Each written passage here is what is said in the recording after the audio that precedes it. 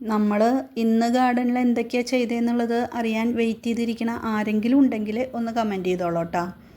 എന്തായാലും നമ്മളിങ്ങനെ ഡെയിലി നമ്മുടെ വർക്കും കാര്യങ്ങളൊക്കെ നമ്മളിങ്ങനെ അപ്ലോഡ് ചെയ്ത് വിടുന്നുണ്ട്. ആരെങ്കിലുമൊക്കെ കാണുന്നുണ്ട്, എന്തെങ്കിലുമൊക്കെ അഭിപ്രായങ്ങളുണ്ടെങ്കിൽ ഒന്ന് കമൻറ്റ് ചെയ്തിട്ട് അറിയിച്ചോളൂ കേട്ടോ.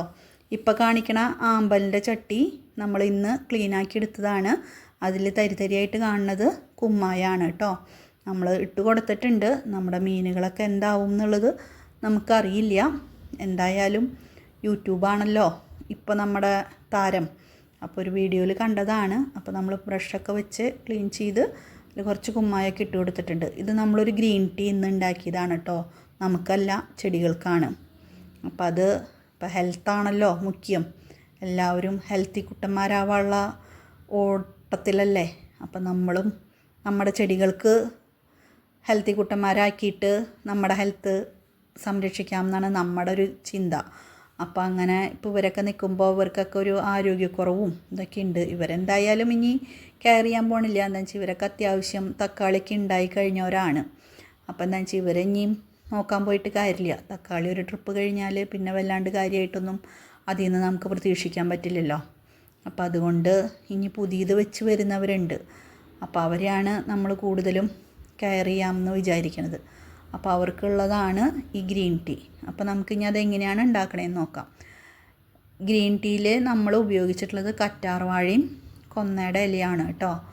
അതിൻ്റെ കൂടെ ഒരു 2 മുട്ടയുടെ തൊണ്ടും ഒരു 2 ഉരുളൻകിഴങ്ങിൻ്റെ തൊലിയും നമ്മൾ എടുത്തിട്ടുണ്ട്. ഇത്രയും സാധനങ്ങൾ നമ്മൾ മിക്സിയിൽ അരച്ചിട്ട് അത് നമ്മൾ ഒരു 3 ലിറ്റർ നമുക്ക് അരി കഴുകിയ വെള്ളം ഉണ്ടായിരുന്നു. അതൊരു 2 ദിവസം നമ്മൾ പുളിപ്പിച്ചിട്ടുള്ളതാണ്. അപ്പോൾ അതിൻ്റെ കൂടെയാണ് നമ്മളിത് അരച്ചെടുത്തത്. അപ്പോൾ ഒരു 3 ലിറ്റർ അരി കഴുകിയ വെള്ളം പുളിപ്പിച്ചതും അതുകൊണ്ട് നമ്മൾ ഈ കൊന്നയുടെ ഇലയും കറ്റാർവാഴയും കൂടിയിട്ട് അരച്ചെടുത്തു. ഒരു 3 നല്ല വലിയ തണ്ട് കറ്റാർവാഴ എടുത്തിട്ടുണ്ട്. അതുപോലെ കൊന്നയുടെ ഇല നമ്മളൊരു വേപ്പിൻ്റെ ഇല തണ്ടൊക്കെ എടുക്കണ പോലത്തെ ഒരു 10 തണ്ട് കേട്ടോ. 10-12 തണ്ട് ഉണ്ടാവും. അതും ഇതും കൂടിയിട്ടാണ് നമ്മൾ അരച്ചെടുത്തത്. അത് നമ്മളൊരു 6-7 ഇരട്ടി വെള്ളം ചേർത്തിട്ടാണ് നമ്മൾ ചെടികൾക്ക് ഒഴിച്ചു കൊടുത്തത്. എന്തായാലും ഓർഗാനിക്കായ കാരണം കൊണ്ട് നമ്മുടെ ചൈനീസ് ബാൾസത്തിന് പണി കിട്ടിയ പോലെ ഇവർക്കും പണി കിട്ടില്ല എന്നുള്ള പ്രതീക്ഷയിലാണ് നമ്മൾ ഒഴിച്ചു കൊടുത്തിട്ടുള്ളത്. കാലത്ത് ഒഴിച്ചു കൊടുത്ത് ഈവനിങ്ങിൽ നോക്കിയപ്പോഴും ആൾക്കാർ ഉഷാറായിട്ടൊക്കെ നിൽക്കുന്നുണ്ട്. ഇനി അതിൻ്റെ അപ്ഡേറ്റ്സും ഇനിയുള്ള ദിവസങ്ങളിൽ നമുക്ക് നോക്കാമല്ലോ.